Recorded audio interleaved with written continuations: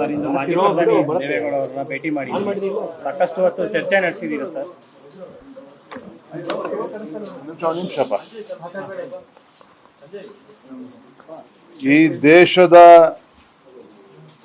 ಒಬ್ಬ ಹಿರಿಯ ಹಾಗೂ ಮುತ್ಸದಿ ರಾಜಕಾರಣಿ ಮಾಜಿ ಪ್ರಧಾನಮಂತ್ರಿಗಳು ಸನ್ಮಾನ್ಯ ಎಚ್.ಡಿ. ದೇವೇಗೌಡಜಿಯವರನ್ನ ಭೇಟಿ ಮಾಡಿ ಅವರ ಆರೋಗ್ಯವನ್ನು ಕೂಡ ವಿಚಾರಿಸಿ, ಇನ್ನು ಇತ್ತೀಚೆಗೆ ನಮ್ಮ ಪ್ರಧಾನಮಂತ್ರಿ ನರೇಂದ್ರ ಮೋದಿಜಿಯವರು ಶಾಂಘೈ ಶೃಂಗಸಭೆಯಲ್ಲಿ ಭಾಗವಹಿಸಿದ್ರು. ತದನಂತರದಲ್ಲಿ ದೇವೇಗೌಡಜಿಯವರು ಪ್ರಧಾನಮಂತ್ರಿಗಳಿಗೊಂದು ಪತ್ರವನ್ನು ಕೂಡ ಬರೆದು ಅವರಿಗೆ ಅಭಿನಂದನೆಯನ್ನು ಕೂಡ ಸಲ್ಲಿಸಿದ್ರು. ಇನ್ನು ಅಮೆರಿಕದ ಅಧ್ಯಕ್ಷ ಟ್ರಂಪ್ ಅವರ ಸವಾಲನ್ನ ಎದುರಿಸಿ ಯಾವ ರೀತಿ ನರೇಂದ್ರ ಮೋದಿಜಿಯವರು ಜಪಾನ್ ಮತ್ತು ಚೈನಾ ಪ್ರವಾಸವನ್ನ ಯಶಸ್ವಿಯಾಗಿ ಮುಗಿಸ್ಕೊಂಡು ಬಂದಿದ್ದೀರಿ, ಒಂದು ದಿಟ್ಟ ಹೆಜ್ಜೆಯನ್ನ ಮೋದಿಯವರು ಇಟ್ಟಿದ್ದಾರೆ, ಇವೆಲ್ಲವನ್ನು ಕೂಡ ಶ್ಲಾಘಿಸಿ ಪತ್ರವನ್ನ ಬರೆದಿದ್ರು. ನಾನು ಕೂಡ ಶಿಕಾರಿಪುರ ಪ್ರವಾಸದಲ್ಲಿದ್ದೆ. ಪತ್ರಿಕೆಗಳಲ್ಲಿ ಮಾಧ್ಯಮದಲ್ಲಿ ನೋಡಿದಾಗ ನನಗೆ ತುಂಬಾ ಸಂತೋಷನೂ ಕೂಡ ಆಯಿತು, ಹೆಮ್ಮೆನೂ ಕೂಡ ಆಯಿತು. ಇಂಥ ಇಳಿ ವಯಸ್ಸಿನಲ್ಲೂ ಸಹ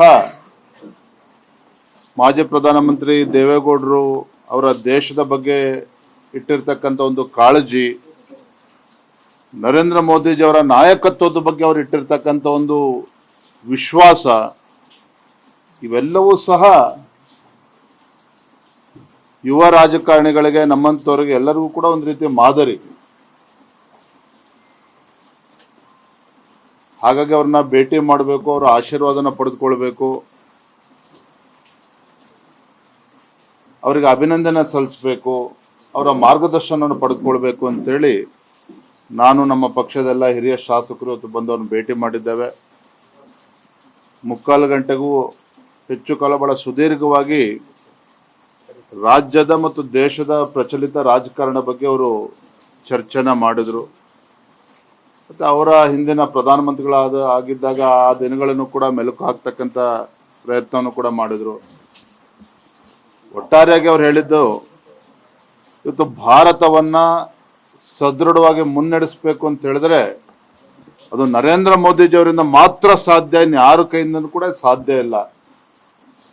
ನರೇಂದ್ರ ಮೋದಿಜಿಯವರೇ ಏನೊಂದು ಸವಾಲನ್ನ ಸ್ವೀಕಾರ ಮಾಡಿ ದೇಶವನ್ನು ಮುನ್ನಡೆಸ್ತಾ ಇದ್ದಾರೆ, ಅವರೇ ಇದನ್ನ ಇಂಥ ಬಲಿಷ್ಠ ಭಾರತವನ್ನ ಮುನ್ನಡೆಸೋದಕ್ಕೆ ಸಾಧ್ಯ ಅನ್ನುವ ಮಾತನ್ನು ಕೂಡ ಅವರು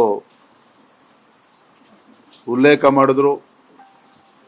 ಮತ್ತೆ ನರೇಂದ್ರ ಮೋದಿಜಿಯವರ ಮತ್ತು ದೇವೇಗೌಡಜಿಯವರ ಜನ್ಮದ ಒಂದು ಅನುಬಂಧ ಅನ್ನೋ ಮಾತನ್ನು ಕೂಡ ಅವರು ಉಲ್ಲೇಖ ಮಾಡಿದ್ರು. ಯಾವ ರೀತಿ ಟ್ರಂಪ್ ಸವಾಲನ್ನ ಒಡ್ಡಿದಾಗ 48 ಗಂಟೆಗಳಲ್ಲಿ ಯಾವ ರೀತಿ ಟರ್ನ್ ಅರೌಂಡ್ ದ ಟೇಬಲ್, ಅದ್ರ ಬಗ್ಗೆನೂ ಕೂಡ ದೇವೇಗೌಡಜಿಯವರು ಬಹಳ ಮೆಚ್ಚುಗೆ ಮಾತನ್ನ ಹೇಳಿದ್ದಾರೆ.